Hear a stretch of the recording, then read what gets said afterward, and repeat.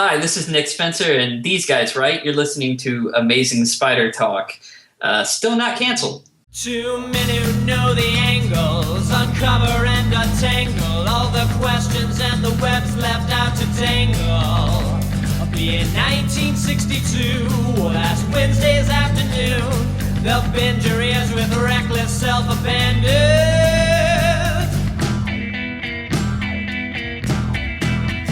The Amazing Spider Talk.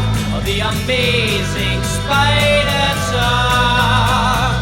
Come swing through the air, sit back and prepare for the Amazing Spider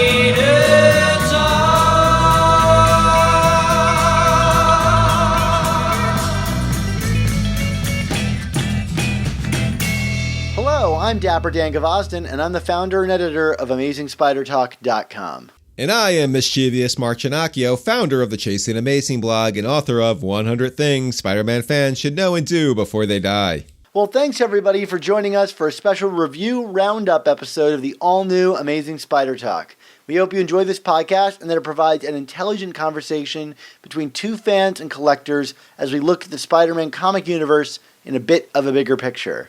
Yes, and today we're going to be rounding up our Patreon reviews of Amazing Spider-Man Volume 5, number 8 through number 10, also known as, for those who, these numbering things matter for, legacy numbers 809 through 811, also known as the Black Cat and Thief Guild story from Nick Spencer and Humberto Ramos. Are they also known as anything else, Dan? Or are we good? I think they probably a title for this story, but I don't know off the top of my head. That's fine. Anyway, so we originally recorded these conversations back when the issues were first released for our Patreon audience. Awesome. So now you guys all get to tune in it. So remember, this episode wouldn't be possible without support from our wonderful Patreon subscribers, whose patronage allows us to assemble the guests we have on our show and do all of our research. If you enjoyed the show and want to help us continue while getting amazing bonus content like these reviews when they were originally released to our Patreon subscribers and additional episodes that we never released publicly, go to our show notes and check out our Patreon page and consider joining our team. Speaking of our team, Dan, let's extend a huge special thank you to our incredibly generous new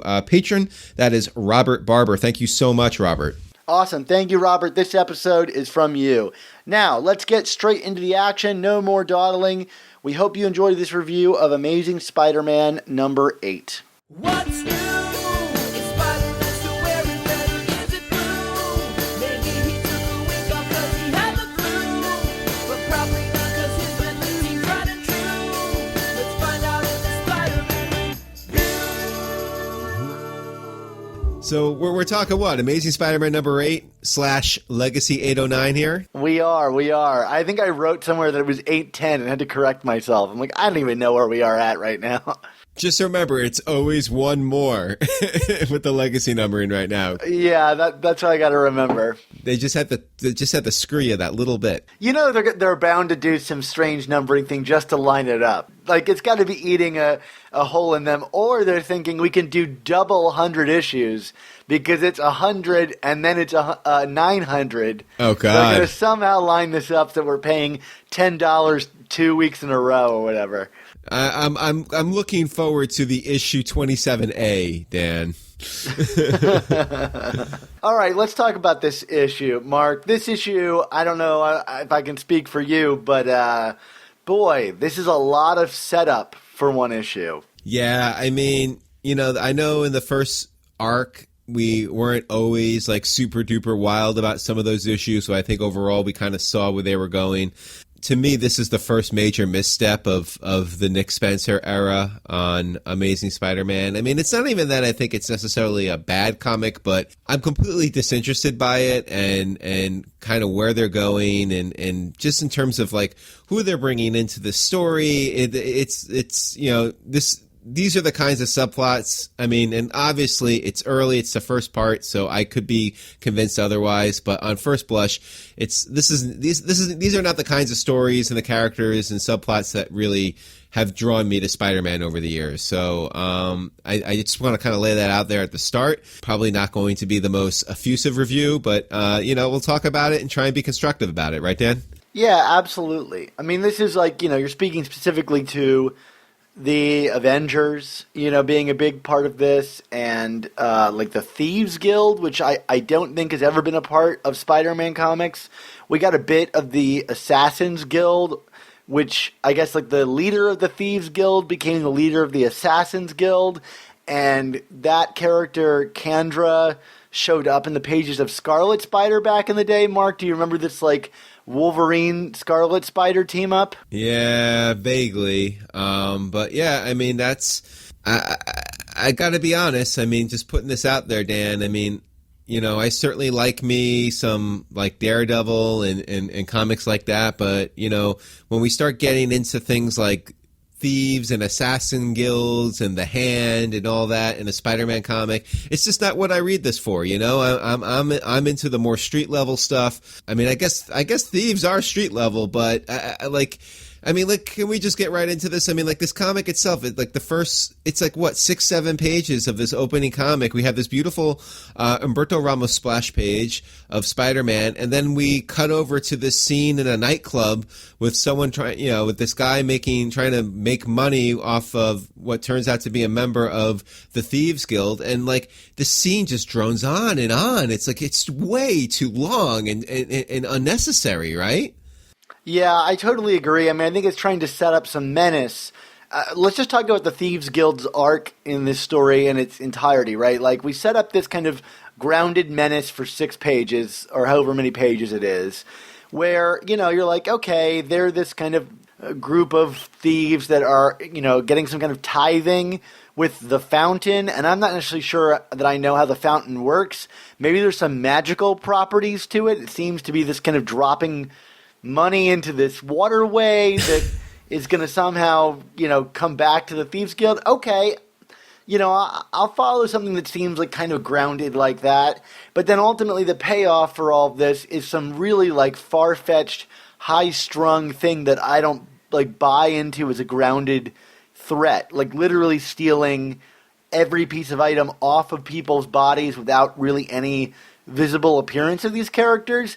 And so it's like, I guess he felt like he needed to give them a visual appearance in the first 6 pages, but to me, I would much rather have the opening be mysterious and kind of like, arcane, and then the latter part where they're pulling off whatever this heist is, because that's the thing that I'm buying into is, am I interested in finding out where all these items went and how they, did this and what the threat they're being, but right, the second part I can't connect to because I didn't see it physically happen. Does that make sense? No, absolutely. I mean, I think that is flaw number one. But I mean, just to go back again in terms of like the opening of this comic, because I mean, like you know how I am, Dan. I mean, I kind of get obsessed over what I view as good, efficient storytelling. And, I just couldn't help but think in this opening segment, like at least 3 times as I'm reading this, I was like, and where's Spider-Man? And where's Spider-Man? And where, like, it's not that I need Spider-Man on every page of a Spider-Man comic, but like it just felt so disconnected from the titular character of who we're reading about. And that to me is a major narrative flaw. Like you shouldn't be straying that far away for that long from the thesis of what you're writing about. And like, I mean, to me, that's the storytelling 101. And I think it really suffered here. Like you said, they're trying to set something up here, but we were talking offline before we started here. You had mentioned that you read some about the Thieves Guild in a Gambit comic. I've never read a Gambit comic, so more power to you, Dan. but I feel like if you really need this much setup to introduce these characters into a Spider-Man comic, maybe you shouldn't be writing about them, because I feel like there are new Spider-Man villains that are introduced far more efficiently and quickly than what we did with the Thieves Guild here. I mean, think of the Hobgoblin reveal in Amazing Spider-Man 238. I know that's the gold standard, but come on. Like, you don't need 6 or 7 pages of just kind of monotonous, like, aha moments involving some, like, guy who's, like, just trying to crush it on the financial level. Right, and what little we get of Spider-Man here is we get, Peter, with MJ, and that's a nice little scene, but it's not about Peter in any way. It's mostly about MJ's employment and repeating the same beat with Peter, which is he's unemployed, and we're making no real progression with that story. Is he actually looking for employment? Is he considering the work offered by Connors? I don't really know. As wonderful as it was to see, the kind of beautiful Humberto Ramos rendition of MJ's kind of spread of former careers, it's nice to see these things reflected in a comic, and it's nice to see some banter between them that's not them making out.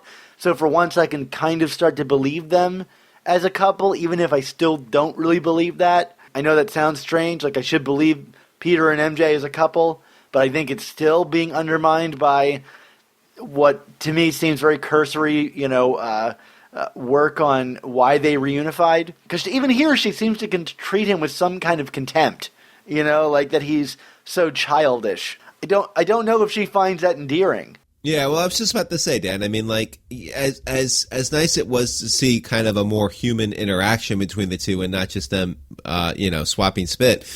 I felt kind of cheated by the fact that we're defaulting back to this, and this is something that I certainly criticized plenty during the Dan Slott run. This, Peter's a man-child theme, like, oh, he likes Fruity Pebbles and on his desserts and eats cereal as meals. I mean, like, I don't know, like, I feel like if we truly want to believe that these two characters are evolving and that this relationship is being brought to a new level here in this storyline, I mean, why are we kind of defaulting back to these old tropes about Peter never getting his crap together and always acting like he's a 14-year-old boy? You know what I mean? Like, I want to move past this. I mean, like, there are other ways to demonstrate that Peter can't always balance the life of Spider-Man and Peter Parker without defaulting to, he likes childish things and hasn't matured beyond being in junior high school. Well, especially considering that we get a bit with Mary Jane where it suggests that she's looking to settle down, right? Like she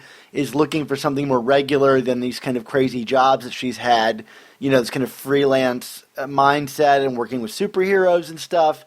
And it's automatically, it cuts against everything you're trying to invest in, like she's already back with another kind of superhero whose life is always in turmoil. And, he's also someone that she seems to consider as, like you said, a man-child. So, like, to me, all of this evidence is kind of conflicting. I'm not sure what to do with it. Like you said, it's something we complained about during the Dan Slott run. So maybe it's no surprise that Dan Slott shows up in this scene. Right, during the smorgasbord. I missed this, Dan. So you have spotted it, so point it out for us. Yeah, in the big first spread of the scene, if you look, you can see like this little, Humberto Ramos drawing of Dan Slott with a Fantastic Four logo on his shirt. Obviously a nod to him writing that book. Absolutely. Now I need to go back and double check. I can't believe I missed it. There's also another character that looks a lot like Humberto Ramos, but I can't for sure claim that it's him. It's not as distinct. I don't think Humberto Ramos is as distinct looking as Dan Slott is. And the Fantastic Four shirt is like a clear giveaway.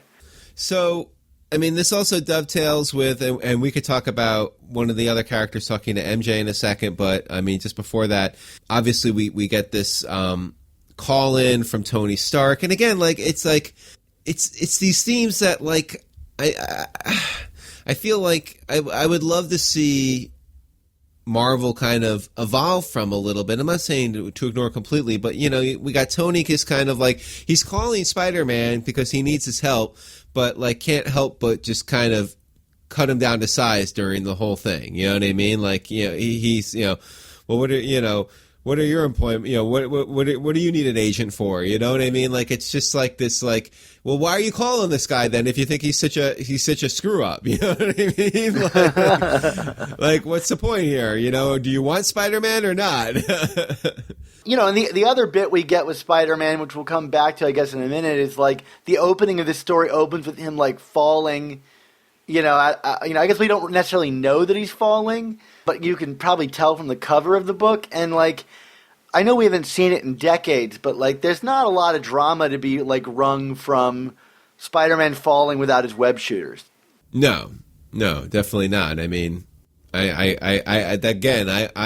wasn't even really picking up that there was any real mortal threat there. It was just kind of a cool splash page put together by Ramos, in my opinion.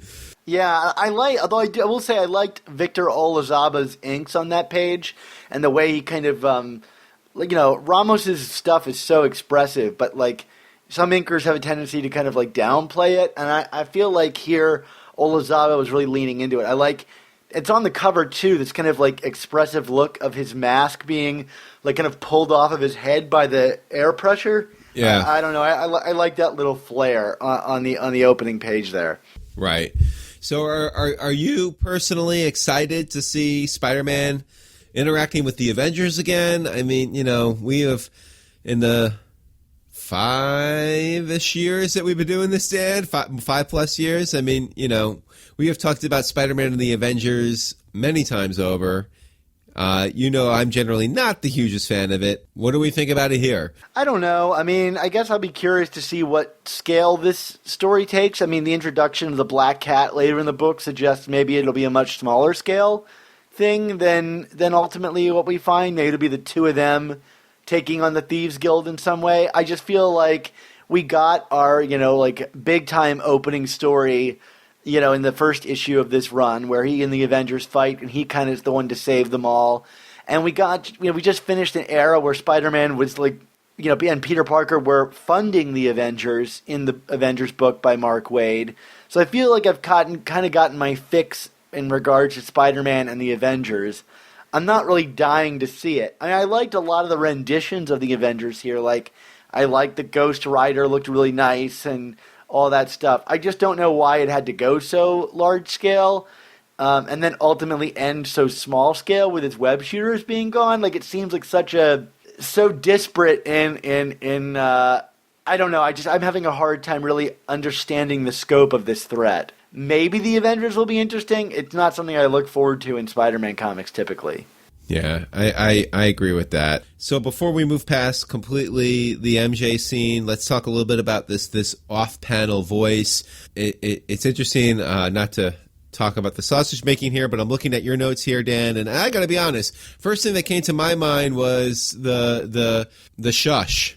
I thought that too, except that the lettering isn't the same as they use for the shush character. Right, I guess so. Although the shush could be maybe manifesting as someone familiar, maybe. It's very true. It's very true. But it has been consistent that he has it's like the Thor characters that have the kind of unique lettering. Like, it's entirely possible that the Shush character is masquerading as someone else, right? Didn't the Shush character? Well, I guess he didn't really masquerade as the Beetle in issue 1. He just kind of took over Mysterio's perception of that.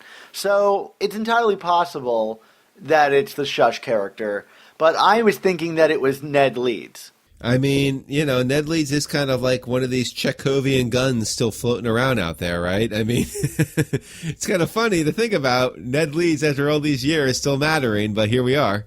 Yeah, I mean, the only reason I thought that is because the writing itself suggests that, it's an old-time friend of MJ and Pete's who knows that Peter is Spider-Man. And I don't necessarily know that Ned Leeds knows Peter is Spider-Man, but I'd have to think after, all of his apparent dealings with, the Hobgoblin and all this stuff, and maybe being dead and brought back as part of the clone conspiracy, that there was some kind of knowledge imparted on him.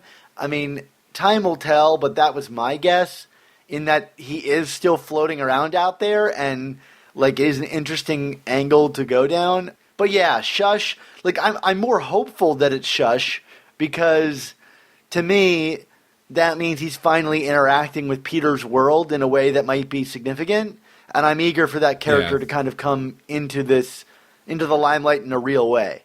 Well, that's kind of what I was thinking in terms of the logic of it. It's we've been getting these teases of this character now for the last few months, and at some point we have to kind of move him closer into Peter's world. Certainly more than just kind of him tearing apart D-list villains like he did with what's his name in a couple issues ago. Oh, Robot Master. Robot Master, thank you. I mean, he killed him. As much as you can kill Robot Master. Yeah, I mean, I kind of liked the idea of him not threatening MJ, but like, I mean, I don't know. I got the view. My sense from the panel was like MJ was more confused by the voice than recognized the voice. So that's why I'm thinking maybe this is something Shush related. That's entirely possible. I mean, it is kind of a vague imagery, right? She's just kind of like looking back over her shoulder with her eyes as though she just kind of heard something. So right. We'll see. Maybe we'll start the next issue off with like an ASM 300 thing with her like cowering as someone stands over her. You know, you never know.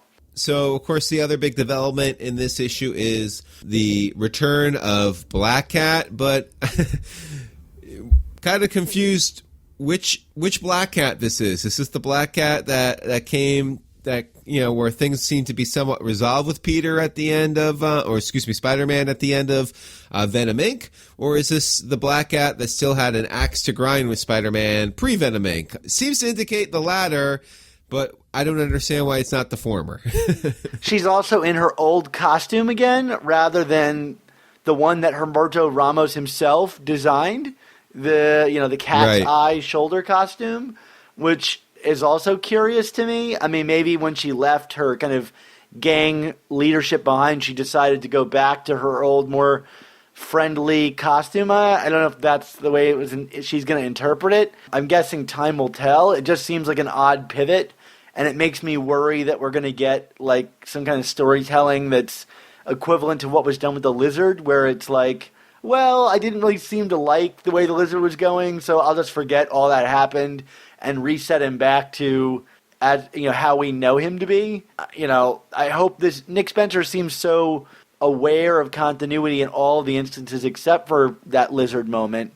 I'm wondering if this Black Cat thing is going to be similar to that, a weird lapse or a hand-wavy thing, but Black Cat was far more recent than the developments with the Lizard. Yeah, I mean, and not for nothing, I kind of felt like, I was never a huge fan of where stuff with the Black Cat was taken, but I did appreciate that bow was kind of tied up towards the end there. So to kind of backtrack on that, to me, is more frustrating than anything else, because I don't know, this is a dynamic that doesn't really work for me. I mean, like, it's not that I want Spider-Man and Black Cat dating again either, but like, I kind of like the idea of her as a femme fatale. She's the woman that's bad for Spider-Man, but there's still just that kernel of good that makes you maybe kind of root for the two characters, but that it's just going to end up terribly. But like, her just kind of, coming out guns a-blazing and being quite the hostile antagonist, it just doesn't, I don't know, it just doesn't seem to be a natural evolution, especially since we did tie that up and kind of put an end to it. So I don't even see, like, at least with the Lizard, I can see why being like, you know what, let's maybe kind of go back to another status quo, because this whole thing with where the Lizard was brought was really kind of confusing and hard to really wrap your head around. I mean, Black Cat, I feel like we were able to wrap our heads around it, so why are we going back? Yeah, and it's funny because the preview for the cover for the next issue is them like fighting in like a fiery, it looks like a fiery rooftop. And isn't that literally what we just got in Volume 3? Like, they fight in a building that's on fire. It's like, are we literally going back to that exact moment? And this is a perfect time to bring Black Cat back in. With Peter getting back with MJ, like, why not re-inject her back in as a, relationship foil? I'm playing the new Spider-Man game, and they just added this new DLC for the heist, and it brings Black Cat in, and Peter's just gotten back with MJ in that, too. And then suddenly Black Cat shows up as, like, a sort of romantic interest, and there's, like, baby daddy issues going on, like where she said she has a kid, and Peter's worried about whether or not the kid is his.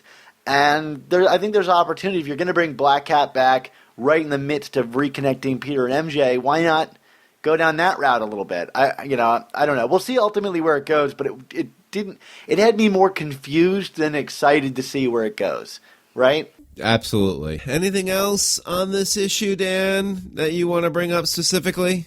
Not really. I just kind of, I'm like with you. It's like not enough Peter and Spider-Man driving the plot forward and a lot of exposition. I mean, maybe it's the kind of thing where, we're getting a new comic every 2 weeks. So in the long term, we won't really care about how exposition heavy this was. But it doesn't really have me excited for this story, at least compared to all the other stuff he set up. That's the thing. He set up so many stories I'm actually interested in. It seems like a weird pivot to go to one that I'm not that interested in. Yeah, I mean, where's Craven, or where's more shush that isn't ambiguous, you know what I mean? Or even Kingpin stuff, or maybe there's more fallout with Mysterio. Boomerang. Yeah, Mysterio. There's so much set up. I don't know why we're going down this route, other than knowing that Nick Spencer loves Black Cat, so I'm hoping he has something interesting in store, but this did not do much for me, for sure. You got a grade? Yeah, I'm going to give this one a C-. I'm a notch right below you. I'm going to give it a D+.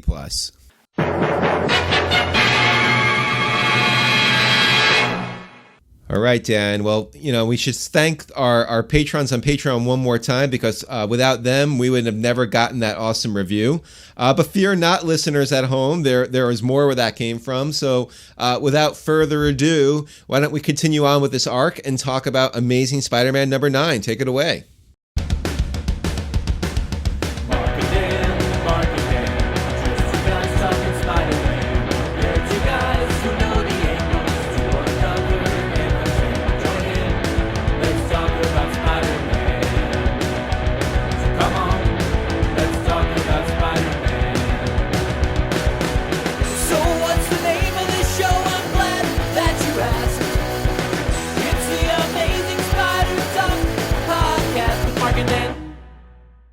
Well, it's been 3 weeks since the last one, which is a bit unusual for this title, and I got to admit that the cliffhanger on the last one did not have me that jazzed to read a new Spider-Man comic, so the 3 weeks felt like longer than usual. Normally I'm like, I can't wait for the time to pass so I can read that new Spider-Man, and I was like, okay, this new Spider-Man out, I guess I'm going to read it. So today we're talking about Amazing Spider-Man number 9, that's legacy number 810. We're already 9 issues deep into this new run, Mark. Let's get right to it and follow up on this Black Cat Thieves Guild thing. What did you think about this issue? Yeah, I mean, I think it was a bit of an improvement over the last issue. I mean, I was really disappointed. I mean, I think, as a kind of an overarching thought, I really don't care about this plot at all. The Thieves Guild is just not an interesting thing. I kind of feel like the way Black Cat's being brought back into the fray here, they still kind of seem to be spinning their wheels about what they want to do with Black Cat, and I'm kind of not really being sold on anything here yet. But I guess in terms of just the overall structure and flow of the book, it at least seems more cohesive here. I mean, it's a well-constructed story, if not necessarily a great story, if that makes sense. Yeah, I agree with you. One of the things I think maybe we took for granted during the Dan Slott era, and I don't know if we truly took it for granted, is that he really had a lot of big, bold ideas. There was no character that was really resting on its laurels. And so much of this book, I'm asking myself, it's a return to basics, but I don't know what the real kind of big story push is here. They don't feel like stories that someone has been dying to tell. I don't know why Spider-Man needs to be in this title, or why we're focusing on the Thieves Guild. I haven't been given a really big reason to care about it. And the same goes with Black Cat. It's it's really great to see her characterization the way that I recognize it as, but I don't really feel like they're really doing much new with her. The Dan Slott stuff I found really problematic because it just wasn't handled well, but at least it was doing something new with the character. That we get this kind of recap of Black Cat's story. It's very bare bones, but you kind of in the recap realize nobody's really done a lot really different with this character for such a long time, and here is kind of more of the same. Yeah, I mean, the character, the heyday of the Black Cat, frankly, was the 80s, you know what I mean? Like, she had a couple of storylines in the 90s, and then, when with Brand New Day, they tried bringing her back to some degree, but again, even with the new dynamic with Peter's love life, it just didn't really click. Like, it was like they never wanted to treat her as anything more than kind of a hookup. And here, okay, so we have Felicia attacking Spider-Man here, and it's like, oh, are we back to this again? And we of course we find out that this time around she's kind of just getting him back for what, as it turned out, his split personality hitting on her and looking for a booty call, and like, at least it was kind of like, okay, well, that makes sense, I guess. But then, like, the character even like calls out the line, oh, what, are you going to tell me that it was Doc Ock as you again? And he's like, well, no, actually this time. And it's like, and it kind of like, in both the moment that kind of made me chuckle, but then also kind of just realized, like, yeah, like, they have not been able to move into new territory with these two characters, because it's like, this is just what it's been stuck in over and over again. Like, we're repeating plot points, but with different, instead of it being a supervillain pretending to be Spider-Man, now it's, the split personality of Spider, you know what I mean? Like, it's like, I don't know. I was just kind of like, this is kind of absurd that we're actually rewriting, going over the same exact kind of character dynamic here again, but just under a different kind of out of left field absurd situation driving it, Yeah, I totally agree. I mean, certainly Felicia's reaction isn't the same as it was in the Dan Slott stories, where she suddenly decides to go evil. And to me, that was just a bridge too far. But at the same time, like, I don't know that I necessarily buy the characterization that she would attack Peter for coming to her for a booty call. I mean, that's been their relationship for almost the entire existence of the character. So it's like, is that even in character? Like, I get that she might be upset, but even she seems a bit disbelieving of like, well, I attacked you because I guess the previous comic needed a spicy ending to the book. Right. The end. So speaking of kind of like poorly explained motivation, so then we have, as the Thieves Guild is taking all of the valuable superhero stuff around, Spider-Man seems very desperate for validation from the Avengers because of it. And Dan, I gotta be honest, I forgot about this storyline that, Kingpin, Wilson Fisk gives him the key to the city, and now nobody like trusts him. So, but like this just seems like really like underdeveloped, right? I mean, like I just like oh yeah, this storyline. I completely forgot about this storyline. Well, it doesn't help that storyline was kind of completely undermined pages later, because Fisk gives him the key to the city, and let's say, even though we've been given no examples of this, that Spider-Man has found himself suddenly in the public distrust, but then at the end of that very issue, he saves the entire city when everybody else couldn't. So, like, are they really distrusting him all that much? I mean, enough that Tony Stark calls him up and is like, hey, help me find my armor. Like, the story itself casts that motivation in a poor light. Yeah, it's exactly. I mean, it just seems like we're throwing stuff against the wall to see what sticks on that front. We do get a return of a character that I think was a genuine surprise here, and I know this is a favorite of yours, Dan. I mean, I feel like you're one of this character's biggest defenders in the Spider-Man internet universe. I'm probably the only defender of this character in the Spider-Man internet universe. I don't dislike this character, for the record, but I do like that you're a strong advocate for her. I am a strong advocate for Carly Cooper. I definitely am. I think she's genuinely one of the best love interests for Spider-Man. And I don't mean like I think she's Spider-Man's true love. I mean, she's a genuinely interesting love interest for the character that goes beyond being, let's say, like superficial, like, say, Bobby Morse, who got a great start but really no follow-through. I feel like with Carly, we really got a full-fledged thing here with her character that, gives her a life of her own in a way that most of these superficial love interests don't. And so, for me, I was happy to see her back because it means certainly more drama for Peter. But I do have some weird suspicions about the return of this character that we definitely need to get into. Is it going to be more about goblin tattoos or what? Well, I mean, let's start in the goblin element of this. You know, if people don't remember, back in Goblin Nation, the end of the Superior run, we had Carly turned into Monster, was her name. You know, right. Highly creative name. And she was this hideous-looking goblin character that fought Spider-Man a number of times and was eventually cured, except that she had these weird, like, goblin scales or whatever around her eyes that she complained, you know, openly to Peter and Mary Jane about, you know, before she put shades on and moved back down south to an unnamed location. You know, she needed to get out of New York because of the Spider-Man stuff. And suddenly we've got her reappearing here without that. So I don't know whether to, you know, trust this is like a Lizard situation where it's like, okay, we're forgetting that status quo, or whether she got like great plastic surgery and got rid of the, you know, or it wears off after time. There's an easy way to kind of retcon it. Or perhaps is this not Carly Cooper? I think there are clues to say maybe that's the case as well.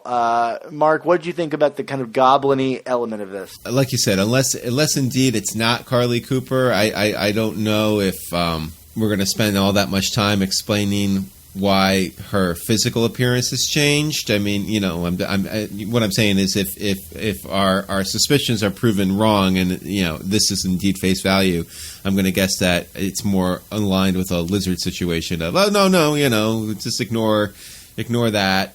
It's easier if we just continue on like this. But you picked up on, though, a pretty interesting piece of geographic information related to her that would lead us to be suspicious. So I'm going to let you say that because this is your discovery, Dan. Yeah, so she says, you know, I think it's Mary Jane who asked her, you know, if she like came back from Memphis, and she corrects her and says, no, I came from New Orleans. And later on in the issue, we get this kind of like retelling by Black Cat about the various thieves guilds around America, or I guess around the world. And she makes point to say that the Thieves Guild began in New Orleans, which if you've read Thieves Guild stuff, you've got like the Gambit stories and stuff, which are in New Orleans. And so to me, I can't imagine it's a mistake that Carly Cooper comes back and says she was living in New Orleans at the same time that this Thieves Guild from New Orleans comes back. Now, I have no idea what that means because Carly Cooper's always been a cop. You know, she's always been on the side of the good. I can't imagine her suddenly becoming a member of the Thieves Guild, but it seems like too much of a coincidence to just, like, ignore. Why call it out if it's, you know, if you're not going to fire that Chekhovian gun? It was nice to see Carly and MJ interacting, though. I mean, it's, you know, we've talked about this at length on this show, Dan. I mean, I feel like after bringing MJ back full-time in the first issue of this book, I mean, it's just been a continual struggle in trying to really give her any kind of agency beyond, I'm Peter's girlfriend again. And I don't know if that necessarily gets addressed here, but at least seeing her interact with other characters when Peter is not on screen. Now, granted, they are talking about Peter, so we're not exactly getting a full Bechdel test being passed here. But, like, it's still, I don't know. I guess I'm saying it's nice to see MJ with other characters and, like, kind of acknowledging the shared history there, and that, you know, maybe this is the start of something a little more substantial for MJ since her return, because we really haven't been getting much in that regard. And that's kind of how I feel about this plot with the lookups, is like it's kind of interesting, but mostly I'm just grateful that MJ has something to do, even if it's like Peter adjacent, which, I mean, makes sense. It's a book about Peter Parker in some regards, you know, or in all regards rather. But like, I'm not terribly interested in the lookups storyline, but I'm happy that she has something to do, even if I don't entirely believe in the relationship at its very core, which is at the core of the Lookup story. Yeah, I mean, the thing with the lookups in this whole sequence, I mean, like, I think it was a cute moment because, we got some funny bits specifically related to the anonymous characters that were not even remotely anonymous. But yeah, I mean, like, I'm like reading all this, and even, again, while I'm kind of chuckling at it, I'm also being like, yeah, but what it just seems like a completely random thing to be hitting upon. I mean, like, I know, like, hey, it's comics. The only constant is change, but it seems odd to me that, after, 50 plus years of storytelling that, all of a sudden there's been like this kind of long untold support group for friends of superheroes, friends and lovers of superheroes. It just seems like this is kind of a random time to be broaching it. I don't know. And for MJ of all people to be broaching it, I mean, like, that's the thing. And again, we just brought her back.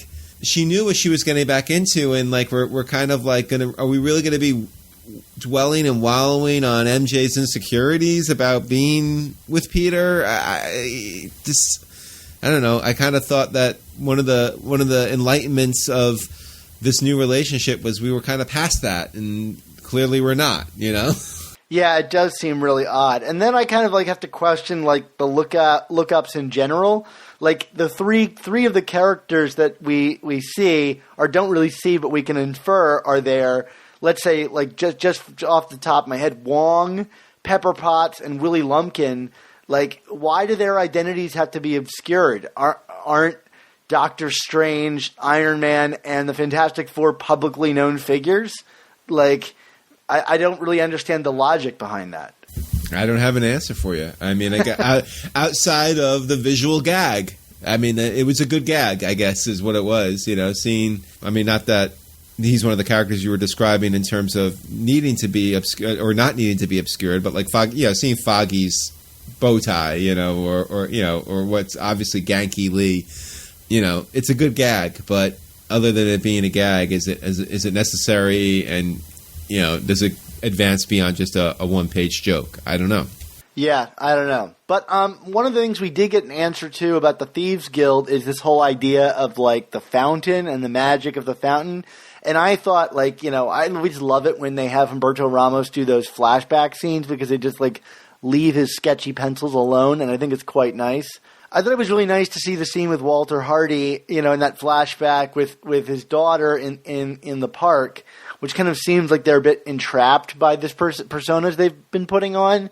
It's a huge retcon. Like, you'd think that in all of his romantic affairs with the Black Cat, you would see the tattoo on her wrist, although maybe it's like one of those reactivated tattoos of some kind.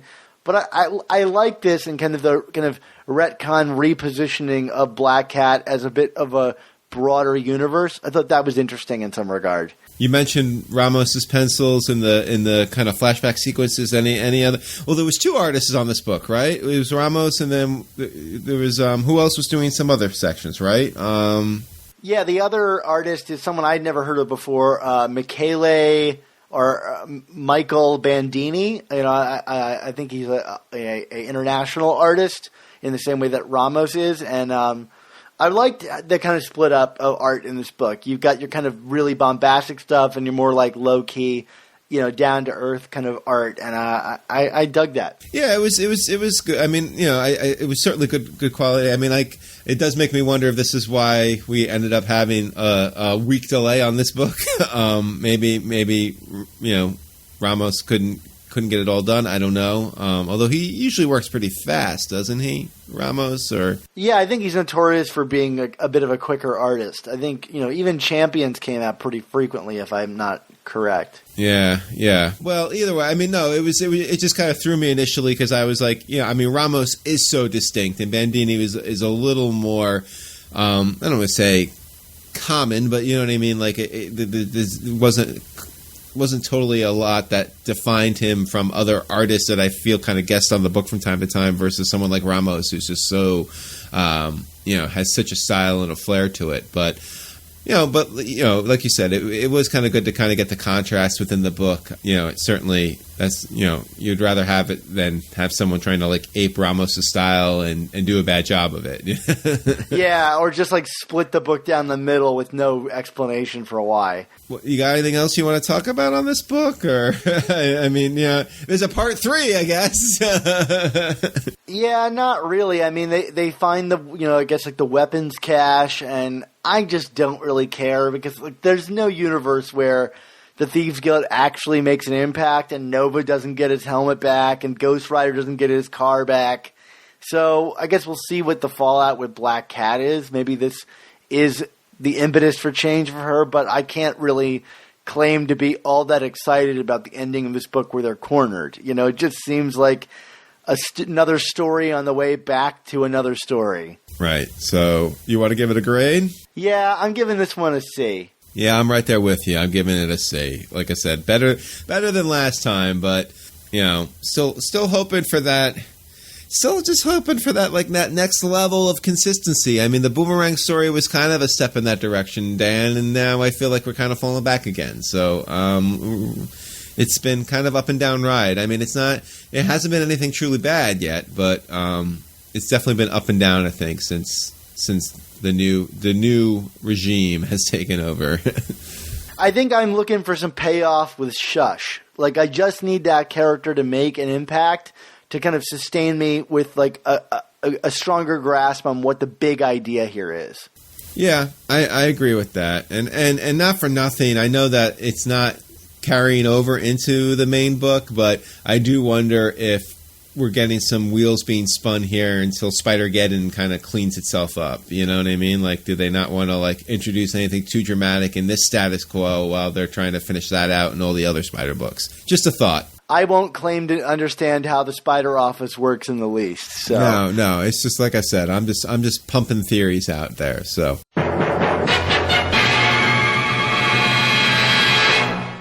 Well, Mark, we haven't loved the past 2 issues. We've liked them just fine. But I think things are looking up in this final chapter. So, I'm teasing it too much already. Let's get right into it. It's Amazing Spider-Man number 10. What's new? Is Spider-Man still wearing red or is it blue? Maybe he took a week off 'cause he had the flu. But probably not 'cause his methods seem tried and true. Let's find out in the Spider-Man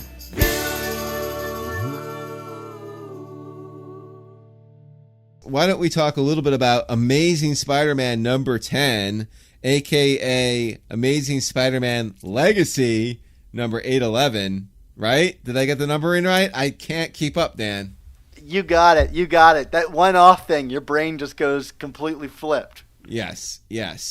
This is the 3rd and final chapter of this Thieves Guild arc involving Black Cat. It also, I believe it's going to be the last Nick Spencer, Humberto Ramos issue for a while. Looks like we're going to be getting back to the Spencer Ryan Otley combo that we got when this book first started a few months ago. So, Dan, we have not been the hugest fans of this arc, to say the least, but did this 3rd issue, which I almost feel like kind of treated the main story of the arc, kind of dismissed it in a lot of ways and just focused on other things. How did it all resolve for you, I guess, is what I'm getting at. Well, it's just like, I think, the Ryan Otley arc that we got, where it's like the final issue kind of pulls it all together, and then it just to kind of like land things. But I don't know if it quite justifies how much time we spent on this prior to this story. Like, the Thieves Guild to me is a throwaway. Maybe it'll come back down the line, but right now it felt like kind of a lot of wasted time.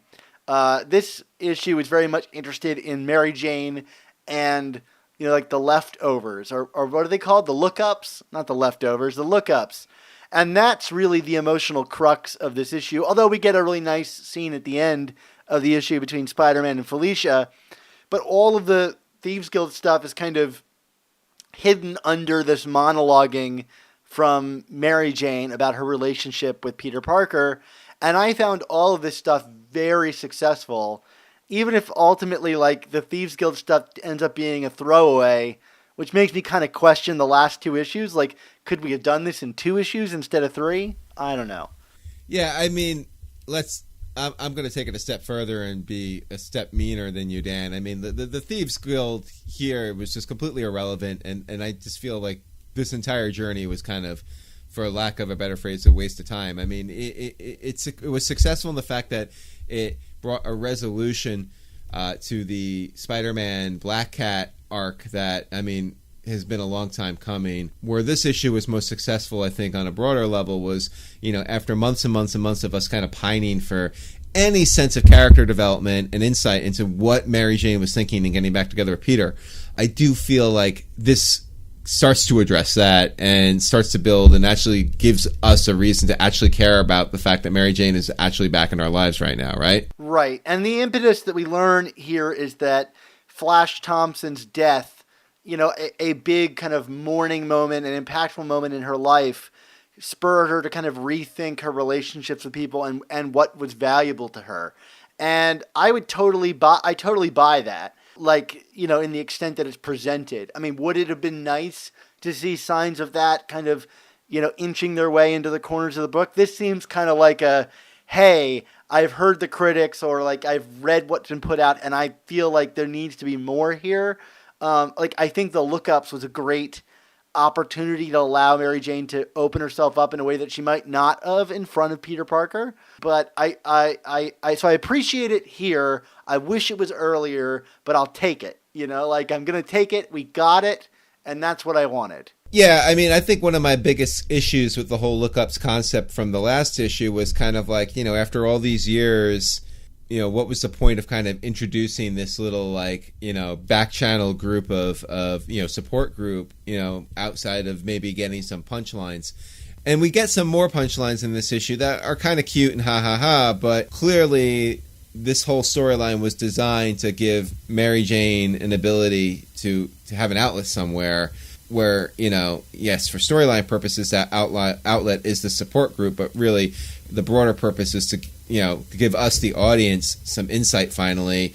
And I guess there truly was no other organic way with Peter on page to make this happen. I mean, maybe there was, but again, getting that information and I do feel it was very well done. It does feel justified. It does feel kind of earned to a degree. I liked the sweetness of it. I liked the insecurity of MJ here in some of this. So it works. So having that alone makes this issue successful in that regard to me. I mean, again, did we need a kind of a jokey support group to make that happen with, blitzed out faces of Wong and Genki and everyone else? I don't know. And did we need this Thieves Guild plot to in any way? Probably not. But, like you said, there's some good things that happen here that make it tie all together. And, I guess we can kind of critique the structure about the longer game as we go. Yes, I totally agree with you. And I think the thing that made it worthwhile to me is something you've mentioned, which is MJ's insecurity. Because I do think that a lot of the stuff addressed here regarding Flash Thompson's death could have been something that we got in that previous issue where, her and Peter went on that walk that we talked about before. Right. That would have been a great time to bring up this and maybe their shared mutual grief over Flash Thompson's death. But the thing that made this interesting to me is that in opening up, she expresses, I used to work for Iron Man, and I also, ran this kind of, nightclub, one of those is very much in the realm of superheroes, much like I'll be operating now, and I wonder if it's the place for me. And I liked that, kind of bringing Jarvis, this kind of very rather random character, into this book, allowed her an opportunity to feel confident that she can operate in the realm of superheroes and have value. And to me, that made the Lookups thing kind of worth it, because that's not a conversation I think she could have with Peter. Right. So I enjoyed that element of it. And I also like that Jarvis kind of got a dig in at Betty Ross and Pepper Potts by saying, you didn't need to be gamma irradiated or put on armor for a weekend. You're just being Mary Jane, and that's enough. Although, we'll forget the whole bit where she got spider powers during Spider Island. Because it's not really sustained. So, yeah, I like that. One of the things I was curious about during the MJ monologue that she delivers is she's talking about why she loved Peter. And she says, he's so driven not to get rich or be famous or even change the world. And there's kind of this whole bit later on where Peter admits that Black Cat's whole gangster thing was a bit off character for her.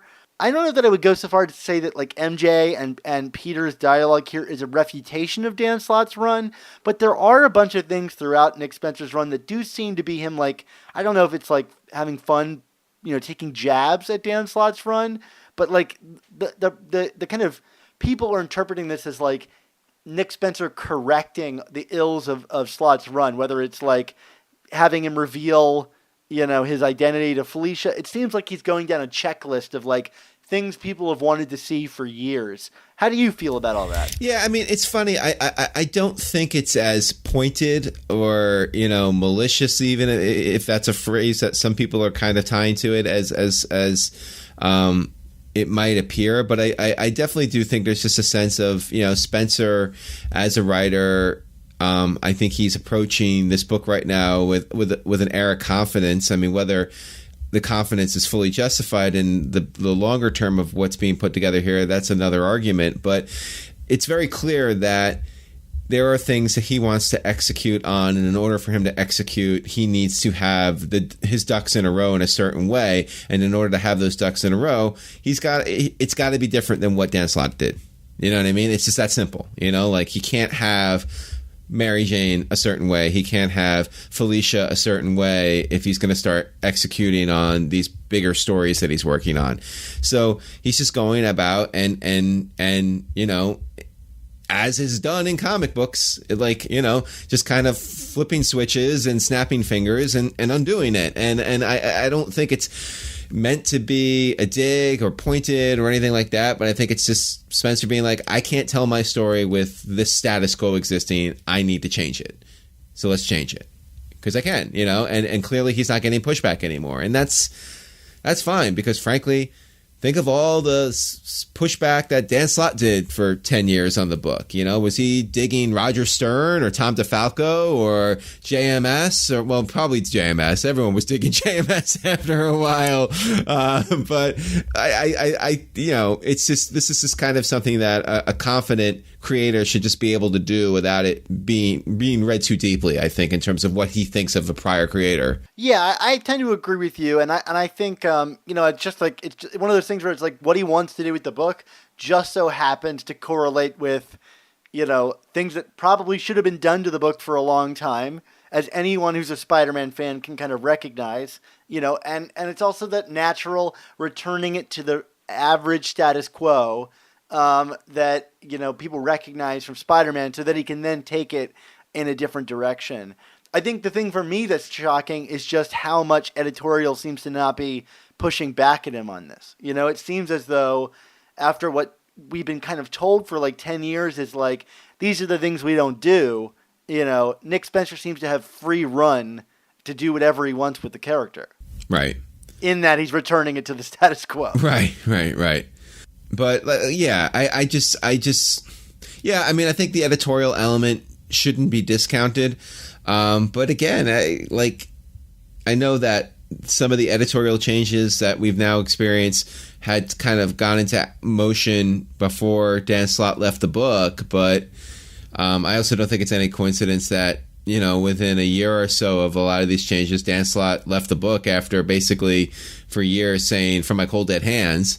So I just think this is just indicative that it's just a new game in town, and things are just gonna be done differently. And I don't know if it's taking a pot shot at what came before. I think it's just we're moving forward, and to move forward, we gotta. I don't know. Maybe I'm just thinking too naively about this. That these people don't really think in terms of being upset or unhappy with what previous creators kind of handed them. I just feel like how do we move this story forward in a certain way, in a way that allows me to do that. And to do that, I have to cut these check these boxes, I guess. I don't know.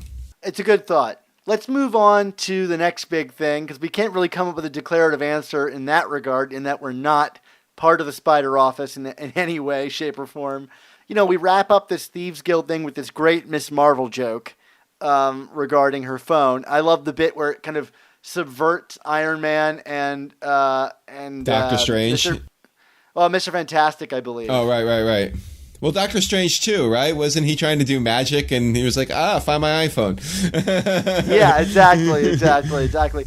So this guy gets wrapped up, and I guess the Thieves Guild gets some kind of like, prominence back on the scene. Like, people are afraid of them again. But then we get this moment where Felicia like admits to Peter, like, our relationship is not the same because I can't remember who you are, and it's a real kind of like wall between us. And then inevitably we get the visual callback to, the Civil War era of Spider-Man revealing his identity. He pulls his mask off, and my name is Pete, and suddenly, I don't know if all of her memories come back or how that all works in this kind of like, post One More Day era, but she begins to cry, which I thought was really nice. What did you think about this moment? Yeah, I mean, it was great. I mean, it was a really wonderful, authentic moment between two characters that, it's funny, like, Peter and Felicia or Spider-Man and Black Cat, I mean, we're really just talking about a limited run of comics where they were a significant pairing, and for the better part of our lives, Dad, they really haven't been much together. Yeah. And yet, but, at the same token, I do think there was something to that pairing, whether you ultimately were a fan of it or not, that was kind of different, and special in its own way, at least in the context of Spider-Man. And so it allows me to understand why fans were just so kind of ticked off by how the characters were being used against each other over the last few years. I mean, beyond the fact that I also just feel like what was going on with Felicia was just so out of character. There was just no precedent for it whatsoever to have her turn so hard and be so illogical and irresponsible about things. So, like, to kind of reverse all that and do it in a way where, really felt elegant and kind of meaningful and going further below the surface than we typically have gotten with these characters in years. It meant, this is probably one of the better moments these two characters have ever had in comics, which says a lot. It also says that they really haven't had that many moments in comics, but I really enjoyed it. I mean, I've seen some people kind of praise this scene to, I think, a little too much, like making it, again, we're not talking, this isn't Peter and MJ, this isn't Peter and Gwen, like, it's not, I don't think it's that deep, I just don't.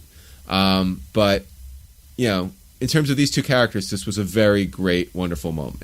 I agree, and I think a lot of it is kind of reinforced by the scene that follows it. You've got this kind of moment where Peter approaches MJ in the bedroom, which, God, I really, for all the praise I have about the MJ stuff, can they just have a scene where they're not in the bedroom together? Like, I don't know. I just am so desiring her not to be a Silver Age girlfriend that, like, I'll take a bunch of steps forward in every when we go back. Not that the bedroom isn't a place where you can have a conversation. It's just, I want to so divorce Mary Jane from that kind of idea of that character. But anyway, they have this great conversation where, Peter admits to MJ, I think, to me at least, the bigger reveal in this. Like, I got a lot of emotion out of the Felicia stuff, but I got more emotion out that Peter felt like comfortable enough to tell MJ, like, hey, I told Felicia something because she was in pain, and I knew this would heal her in some way. And MJ accepts it and isn't worried about him at all. And, and because she knows herself that she is indispensable to Spider-Man. And I found that just so touching, just to get personal a little bit here. Like, in my life, you can have multiple significant others, and I have a lot of friends who are female, and, there's always that kind of like raised eyebrow in some regard, like, if you're hanging out with another woman or something, even if it's completely platonic, to me, it was nice to see like that their relationship had evolved past any jealousy, that she just has accepted her role. Like, I am important, I am indispensable, and I don't have to worry about that kind of stuff anymore. And I thought that was a really nice moment. Absolutely. Do we want to talk about what that moment brought forth in terms of our wild and reckless speculation about characters? Yes, so we're talking about Shush, our self-appointed character named Shush. Now, I don't know, Mark. I mean, this one kind of threw me for the biggest loop of any of the kind of clues that we've been getting. I mean, it's all been very cryptic, and really, like, I can't wait for this character to actually interact with the story in bigger ways. I mean, maybe he is and we don't know about it, you know? One of my biggest complaints about this series under Nick Spencer's pen so far is that all the villains seem to be kind of pushovers or like kind of jokes. You know, like they're all kind of wrapped up immediately, whether it's Mysterio or like Boomerang didn't really have a villain in those issues, or like the Robot Master or the Tri-Sentinels. None of them are really like real villains. You know, like even the Thieves Guild gets wrapped up in a joke, you know? So like that there's this real villain seemingly out there, like just hanging around ready to do something. It makes me like a little over eager to get to him because I want to have a real fight between Spider-Man and a villain. Do you feel that at all? Oh, absolutely. I mean, you know, we're 11 issues in. Let's what are we waiting to pull some kind of trigger for? I mean, you know, like I 100% agree. So, okay, so either way, we've got this scene where Shush seems to have this mirror that he's like looking at Spider-Man and Felicia in, and he punches it, shattering it because Spider-Man told his secret identity to her.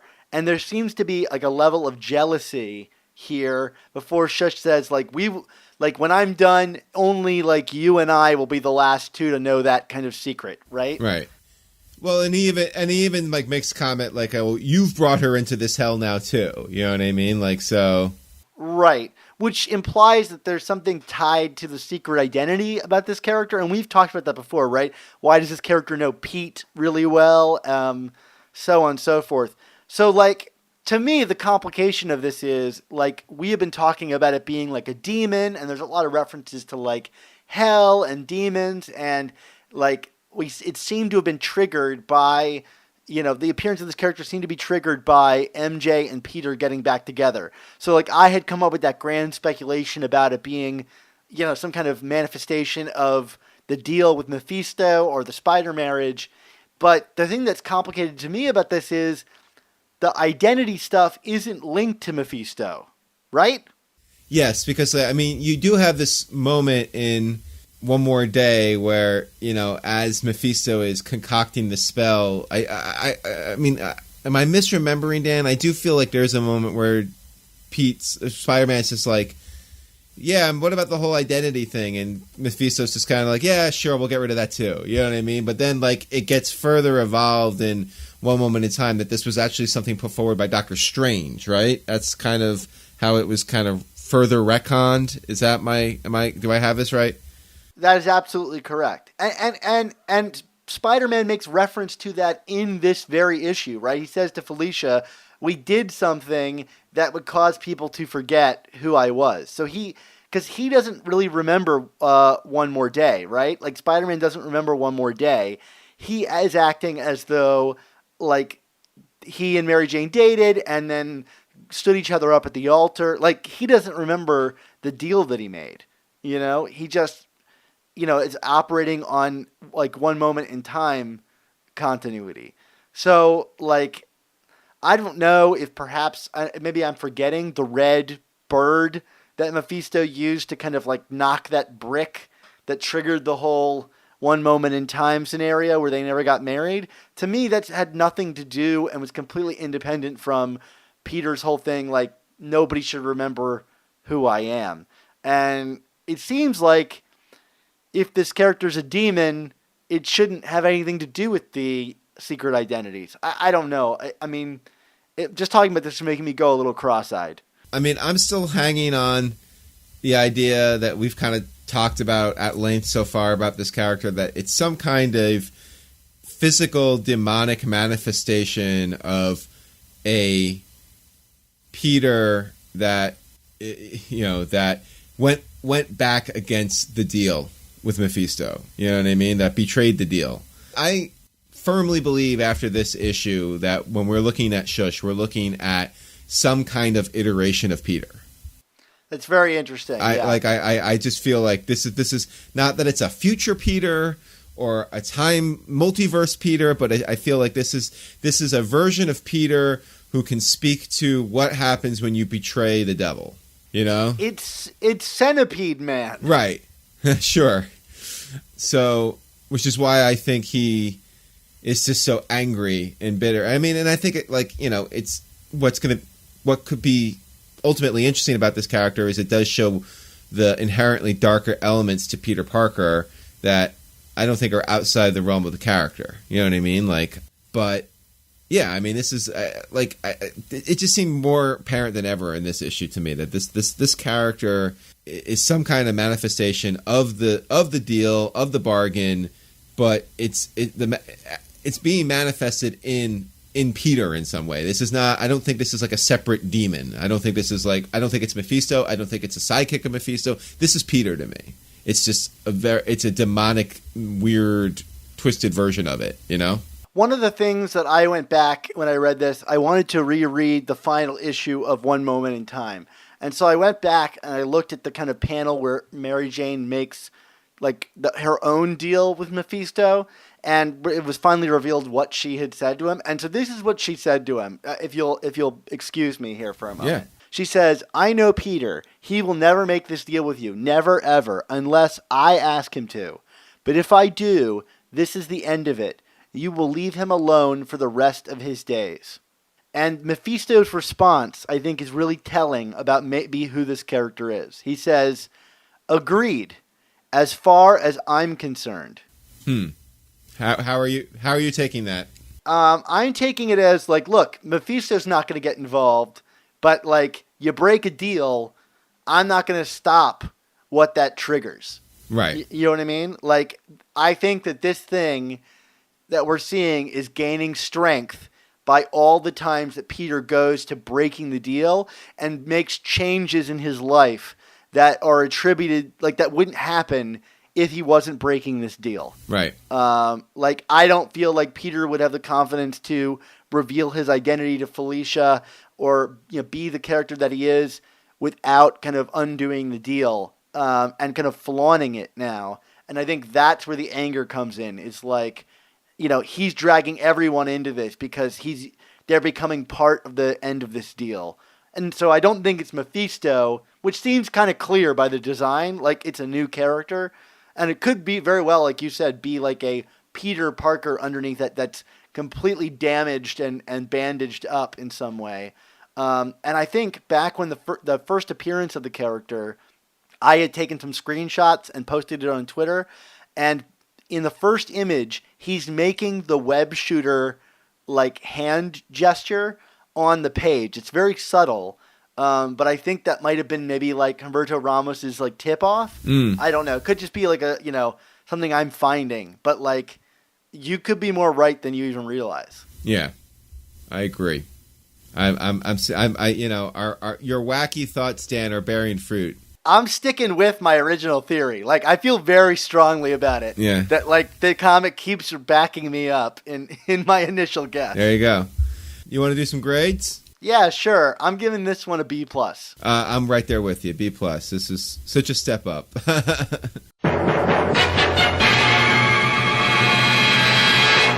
All right, Dan. Like you said, I think that arc certainly ended on a better note than maybe the first two issues we reviewed sounded like it was going. So that's good. Happy endings, right? We all love happy endings. Mark, I'm going to use that soundbite for the rest of eternity. There you go. Anyway, thanks for joining us for our review roundup episode of the all-new Amazing Spider Talk. What's coming down the pike in the future for us, Dan? Yeah, as we've been teasing for a while, next week we're going to finally get to it, our second episode of Season 3. Now we're teasing episode by episode here, Mark. Can we ever get through this season? Yes, we're going to continue with Season 3 as we sit down with Jerry Conway to talk about the start of the Bronze Age. I mean, I think our seasons are being paced out the way Nick Spencer is pacing out Amazing Spider-Man right now, right? Every 2 weeks. Yeah, we're here every 2 weeks. Every 2 weeks, slow burning. Also, for our Patreon subscribers, be sure to check out our Patreon page and your podcast feed this week, where we've already gotten the special reviews of the entire Nick Spencer run up through issue 14 and a roundup review of all of January's B-title books. Why wait to get caught up in a few months? Remember, for just $3.99 a month, the price of a new comic, you'll get access to our exclusive new issue reviews, B-book reviews, extended interviews, mailbags, and more. And for $10 or more a month, you'll get access to some awesome commissioned artwork, this time around from Barry Kitson. And on that note, with the Patreon funds, Mark and I are looking to expand a number of elements about the show. Firstly, we'd like to get the show on Spotify and kind of do some TLC to our website and ways for you to kind of be a part of our show, meaning like things like video features in the future and other things that Mark and I have been planning. But one of the big things we have to do is kind of reshape the website and how all the systems work on it, which is a lot of work that I've been kind of doing behind the scenes for a while. But I'd like to bring in someone to help me. So, I'm looking to pay someone to help out with the website and be a part of our team for a short bit. So if you or someone you know works in web development or design, I'd love for you to reach out to me at amazingspidertalk@gmail.com about an opportunity, and we can talk and see whether you're the right person to help me out with this. It's a great way to kind of help our community grow, and I'm definitely going to be paying whoever wants to be a part of our team. It's something I've been looking for a while and just haven't found anybody I've been happy with. So I thought, why not open it up to the people that listen at home to see if maybe they want to kind of help be a part of what Mark and I are doing. That's awesome, Dan. I hope we get some good applicants. Yeah, that would be really cool. So again, amazingspidertalk@gmail.com if you want to join. And speaking of our team, let's talk about the Untold Talks of Spider-Man. They've been doing some awesome kind of wrap-ups. They just did one on one of the final episodes of Spider-Man, the animated series, that I am eager to listen to myself. So that's the Untold Talks of Spider-Man podcast, discussing the hidden corners of Spider-Man. Plus, we've also got the amazing Spider Slack community for you to join. Just check this episode's description for a link to our Spider-Man Talkin' community. We've been talking a lot about Spider-Verse on there and collections and things like that. And actually, we just had a big thing on Conan and the rebirth of Conan on there. So even if you're looking just for a place to talk Marvel, that's the place to be. Awesome, Dan. So, Dan, besides those awesome venues, where can we find you on the social media and the internet? Yeah, I'm always over at Sup Spider Talk, where you can just reach out to me, shoot me a message. I'm always talking about Spider-Man on there and my adventures in the real world. This week I got to go to a Stan Lee memorial in Hollywood, and I got to talk to all kinds of people like Kevin Smith and Mark Hamill, and even some Spider-Man people like Steve Wacker and Joe Quesada. It's a lot of fun. So if you follow me on Twitter, you can kind of get some insights into all of that. Dan, I think I just pulled my back picking up all those names you just dropped. Yeah. That's increasingly my life. Mark, how about you? Where can we find you on the internet? Well, my life is much less boring, but you could still follow me on Twitter at ChasingASMblog. And for more boring stuff from my life, you can read my book, 100 Things Spider-Man Fans Should Know and Do Before They Die. Well, you're an expert salesman, Mark. Sell that boring book. I know what I know. Well, Mark, one thing you do know is the motto for our show. What is it? Why don't you take us out? Of course, that great motto is, with great podcasts must also come the all-new Amazing Spider Talk. Don't miss the next